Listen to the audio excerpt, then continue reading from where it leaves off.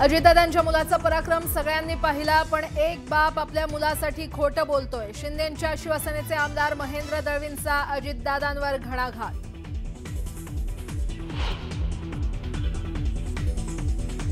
निवडणुकीत ईव्हीएमचा घोळ नसला पाहिजे, मत कुणाला दिलं हे जाणून घेण्याचा आपल्याला अधिकार, तर निवडणूक आयुक्तांना नोटांची गड्डी मिळाली असेल म्हणत बच्चू कडूंचा जोरदार हल्लाबोल।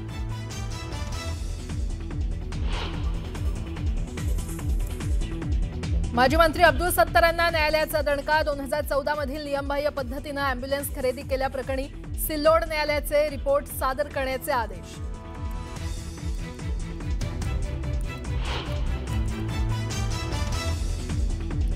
राज्यातील नगरपरिषदा आणि नगरपंचायतींच्या निवडणुकीसाठी अर्ज भरण्यासाठी आजपासून सुरुवात।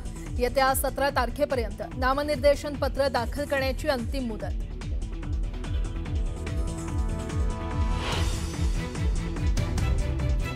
राधाकृष्ण विखे पाटलांची गाडी फोडेल त्याला 1 लाख रुपयाचं बक्षीस। बच्चू कडूंच्या घोषणेनंतर विखे समर्थकही आक्रमक।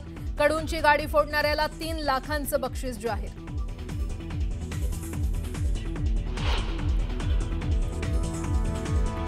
मनोज जरांगेंना मुंबई पोलिसांची नोटीस। मराठा आरक्षणासाठी विनापरवानगी उपोषण केल्याप्रकरणी नोटीस। जरांगेंचे वकील चौकशीला राहणार उपस्थित।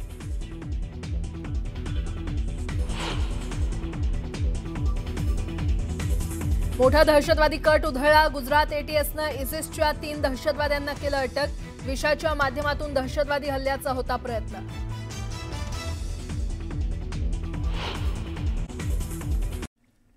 मुंबईमध्ये सध्या चांगलीच थंडी जाणवते। रविवारी पारा तब्बल 19 अंश सेल्सिअस इतका घसरला होता। हवामान खात्याच्या मते पुढच्या काही दिवसांमध्ये तापमान आणखी कमी होऊ शकतं।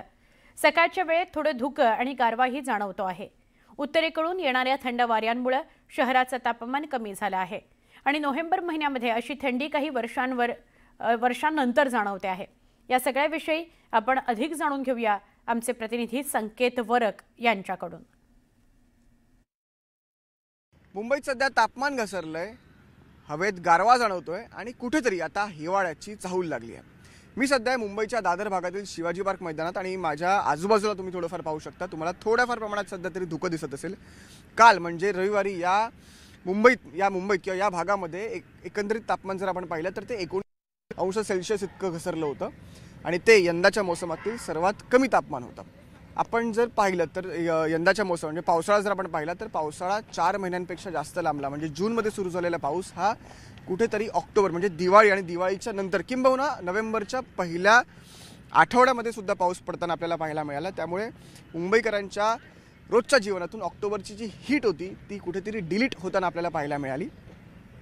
आणि दुसरीकडे जर आपण पाहिलं तर हिमालयात बर्फवृष्टी झाली आहे, हिमवृष्टी झाली आहे आणि तिथून येणारे जे शीतवारे आहेत, उत्तर भारतातून दक्षिण भारताकडे येणारे जे शीतवारे आहेत, शीतवारे म्हणजे कोल्ड वेव्स, त्या कोल्ड वेव्समुळे त्या शीतवाऱ्यांमुळे मुंबई आणि महाराष्ट्रातल्या काही भागांमध्ये हे तापमान हे घसरलेले आहे। त्यामुळे एक मात्र नक्की म्हणायला लागेल आपल्याला की यंदाच्या हिवाळ्याची सुरुवात जी आहे ती दमदार झाली आहे। व्हिडिओ जर्नलिस्ट गणेश कदमसह मी संकेत वरक, न्यूज 18 लोकमत, मुंबई। आता बातमी छत्तीस जिल्ह्यांची। बदलापूर मुरबाड विधानसभा मतदारसंघामध्ये राष्ट्रवादी काँग्रेस शरदचंद्र पवार पक्षाला मोठा धक्का बसलाय। राष्ट्रवादी काँग्रेस शरदचंद्र पवार पक्षाचे गटाचे नेते सुभाष गोटीराम पवार हे भाजपमध्ये प्रवेश करणार आहेत। सुभाष पवार हे मुरबाडचे माजी आमदार गोटीराम पवार यांचे सुपुत्र आहेत। गोंदिया जिल्ह्यामध्ये थंडीचा जोर वाढलाय। गोंदियात काल 11.5 अंश सेल्सिअस तापमानाची नोंद झाली। पुढील काही दिवसात थंडावा आणखी वाढण्याचा अंदाज आहे। भाविकांचं श्रद्धास्थान असलेले साताऱ्यातील पालीचे खंडोबा मंदिर आजपासून पुढील 7 दिवस दर्शनाकरता पूर्णपणे बंद राहणार आहे। मंदिरातील स्वयंभू शिवलिंगाला वज्रलेप करण्याच्या कामामुळे मंदिर बंद राहणार आहे। ओंकार हत्ती पकडण्याच्या मोहिमेबद्दल कोल्हापूर उच्च न्यायालयामध्ये याचिका प्रलंबित आहे। उच्च न्यायालयाच्या निर्णयानंतर ओंकार हत्ती पकडण्याची पुढची प्रक्रिया सुरू होणार आहे। नांदेड जिल्ह्यातील लोहा तालुक्यातील वडेपुरी शिवारामध्ये बिबट्या आढळला। एका गावकऱ्याने बिबट्याचा व्हिडिओ काढला। गावकऱ्यांमध्ये भीतीचं वातावरण आहे, तर या बिबट्याची माहिती वन विभागाला देण्यात आली। ओबीसी भटके विमुक्त यांच्या वतीनं जालन्यामध्ये भव्य मोर्चा काढला जाणार आहे। प्रकाश आंबेडकर यांच्या नेतृत्वाखाली हा मोर्चा काढला जाणार आहे। या मोर्चामध्ये ओबीसी नेते नवनाथ वाघमारे, लक्ष्मण हाके देखील सहभागी होणार आहेत। ओबीसी आरक्षणामध्ये होणारी घुसखोरी थांबवा या मागणीकरता हा मोर्चा काढला जाणार आहे। मुंबईच्या अटल सेतूवर सध्या रिफेर्सिंगचं काम सुरू आहे। हे काम मुंबईकडून उलव्याला जाताना 5 ठिकाणी सुरू असल्याने 3 पैकी 1 लेन बंद करण्यात आलेली आहे। या कामावरून आमदार आदित्य ठाकरे यांनी जोरदार टीका केली आहे। भ्रष्टाचार करणाऱ्यांना लाजही वाटत नाही असं त्यांनी म्हटलंय। कशा पद्धतीने हे काम सुरू आहे याचा आढावा घेतला आमच्या प्रतिनिधी प्रणाली कापसे यांनी। मी सध्या आलेली आहे मुंबईच्या अटल सेतूवर। अटल सेतू म्हणजे मुंबईच्या हार्बर लाईन ला सुरू होणारा रस्ता जो थेट पनवेलला जोडतो। सगळ्यात मोठा समुद्रावरून जाणारा पूल हा सध्या आहे, परंतु हा पूल आता पुन्हा एकदा चर्चेत आलेला आहे, कारण साधारणतः 1.5-2 वर्ष झालेली आहेत या पुलाला उद्घाटित होऊन आणि दरम्यानच्या काळात इतक्या लवकर या पुलाला रिसर्फेसिंगची गरज पडलेली आहे। तुम्ही पाहता आहात की या ठिकाणी हा जो पॅच आहे, या पॅचमध्ये जवळपास एक आपण पाहतोय की 100 फुटाचा तरी किमान हा पॅच आहे, ज्याच्यामध्ये आपण पाहतोय की खोदून ठेवण्यात आलेलं आहे। वरचं डांबर जे आहे ते काढण्यात आलेलं आहे आणि आता इथे पुन्हा एकदा डांबराचं रिसर्फेसिंग केलं जाणार आहे।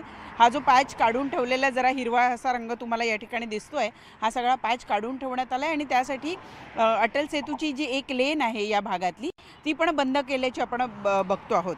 मुळात 2च वर्षात या रस्त्याला जे रिसर्फेसिंग करण्यात आलेलं आहे त्यावरून आमदार आदित्य ठाकरे यांनी सुद्धा आता ट्विट करून याचा निषेध केलेला आहे। ते असं म्हणतायत त्यांच्या ट्विटमध्ये की जगातला कुठलाच देश अशा पद्धतीचा भ्रष्टाचार हा सहन करणार नाही।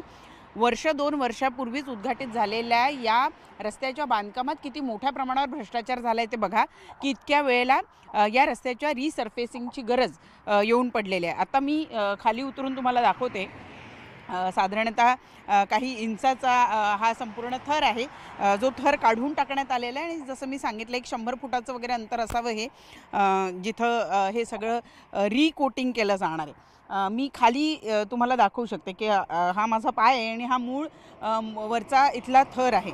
तर आत्ता सध्या हे एवढं काढून टाकण्यात आलेलं आहे आणि या संपूर्ण ठिकाणी रिसर्फेसिंग केलं जाणार आहे। तर हे रिसर्फेसिंग करण्यामागचं कारण स्वतः MMRD यानं सांगितलं आहे, नागरिकांना, प्रवाशांना आल्हाददायक प्रवासाचा आनंद मिळावा, कुठल्याही पद्धतीचा खाचखळगा त्यांना जाणवू नये, यासाठी या एवढ्या भागाचं रिसर्फेसिंग केलं जाणार आहे। रिसर्फेसिंग का करावं लागलं या प्रश्नाचं उत्तर मात्र आता MMRD प्रशासनाला द्यावं लागणार आहे। व्हिडिओ जर्नलिस्ट सचिन कुबडेसह प्रणाली कापसे, न्यूज 18 लोकमत, मुंबई। अजित पवारांना एक चिठी आली आणि त्यातला मजकूर त्यांनी भर सभेत वाचून दाखवताच एकच हशा पेकला। मी आता जास्त वेळ आपला घेत नाही, परंतु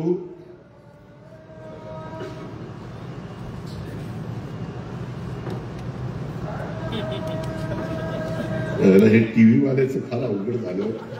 मला ती आता चिठ्ठी आली, टीव्हीवर कार्यक्रम लाईव्ह सुरू आहे, पेट्याचा तुरा खोचा। आता मला काही डोळे असे आहेत, माझ्या पेटाचं काय खऱ्याची दुनियाच राहिली नाही। बरं मी बोललो की बघा अजित पवार कसं बोलतो, काय खरं ते बोलतो, काय चुकीचं बोलतो, मला तर काही कळत नाही। फार तर इथून पुढे असं कर बाळासाहेब, कुठं सभा असली की एक आरसा असावा, म्हणजे मी मतदार की काय